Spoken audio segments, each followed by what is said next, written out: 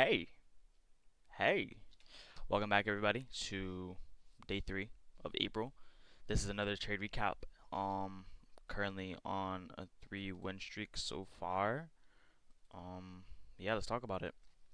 So coming into today, let's start off with everything.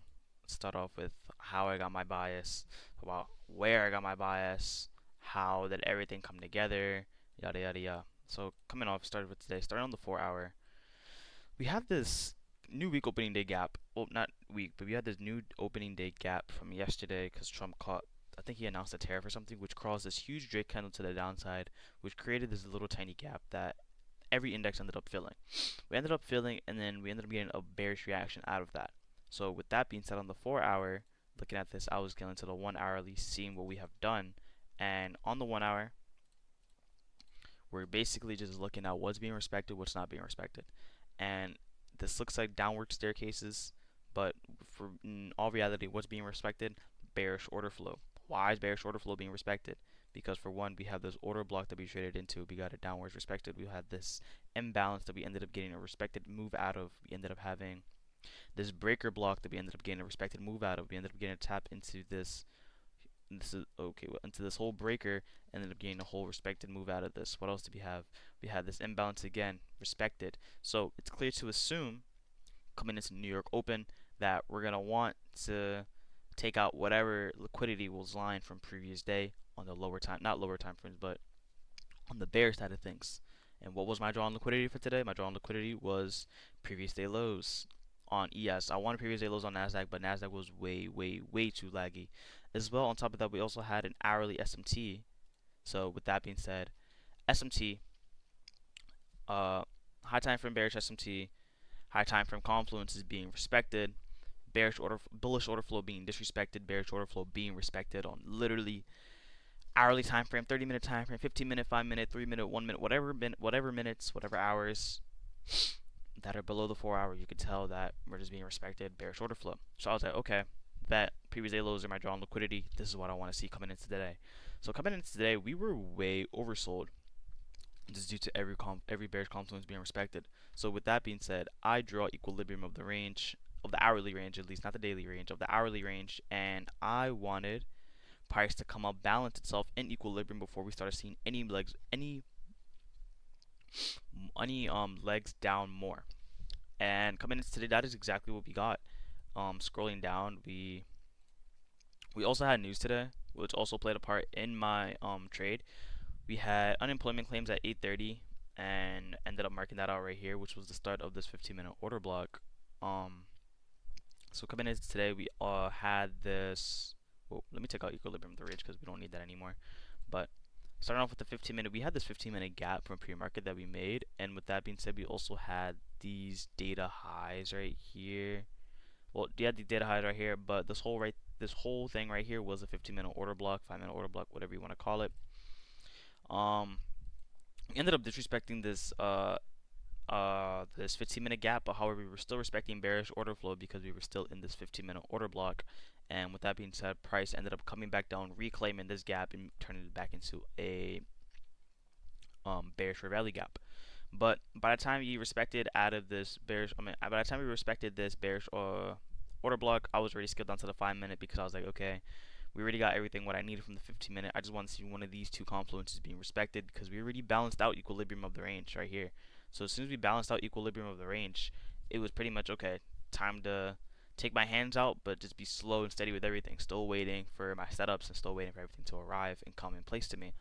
So with that being said, I skilled onto the 5-minute, and coming onto the 5-minute, I thought we had a 5-minute SMT about to form, but that was not the case. It was looking like it was the case, but it was not the case, however, so that was pretty unfortunate, but I mean pretty fortunate for me still. We ended up having this 5-minute gap that was created due to that 15-minute extension into equilibrium and taking out these 15-minute highs. Oh, we had this 15-minute, okay, I don't know why it's the 15-minute gap, but we had this 15-minute high right here, which was a draw on liquidity for me, for price to take out in order for us to continue lower. Because if we look on the higher time frames, price was not going to touch any of these resting liquidity, especially due to that SMT that we had. I don't see why price would even want to even come up near there. So the best thing to do was literally just scale down to the 30-minute or 15-minute, just see what line liquidity that we have, Literally, this 30-minute, 15-minute liquidity is literally what we had. So I marked that out. I was like, okay, maybe price could reclaim this. Not reclaim, but maybe price could take out this liquidity, balance the equilibrium, take out the balance, and still stay in bearish order flow all in one wick. And that is exactly what we did. So that was beautiful. Scaling onto the 5-minute.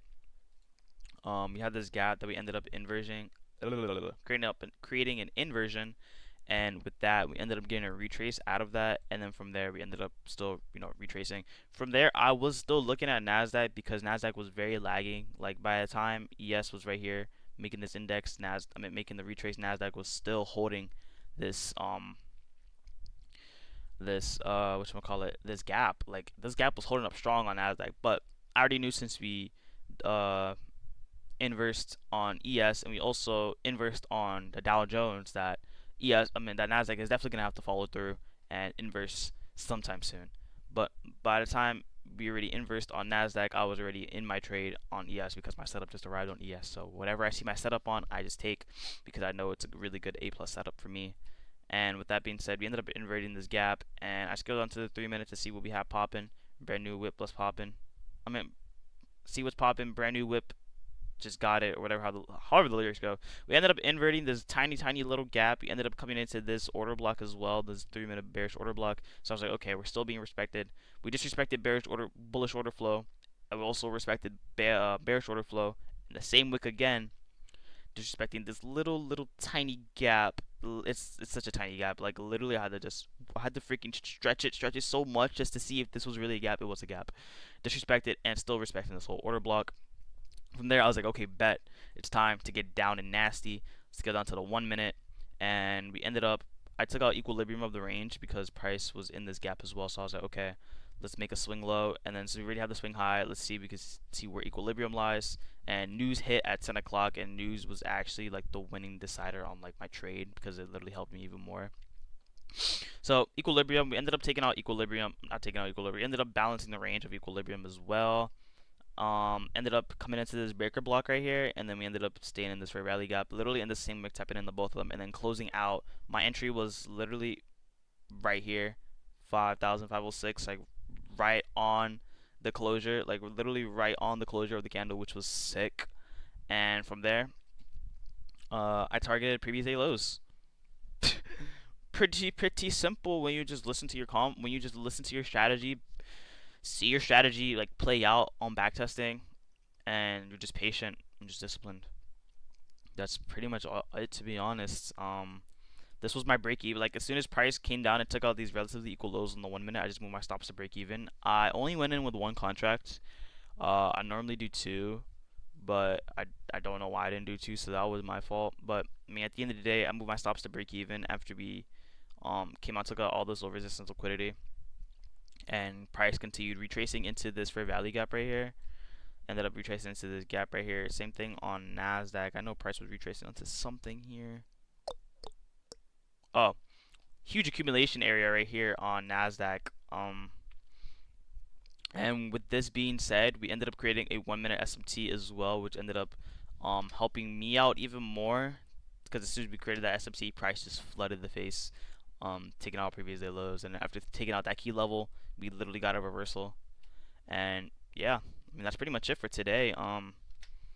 Overall 3 for 3 on the week. Pretty really good start to April, honestly.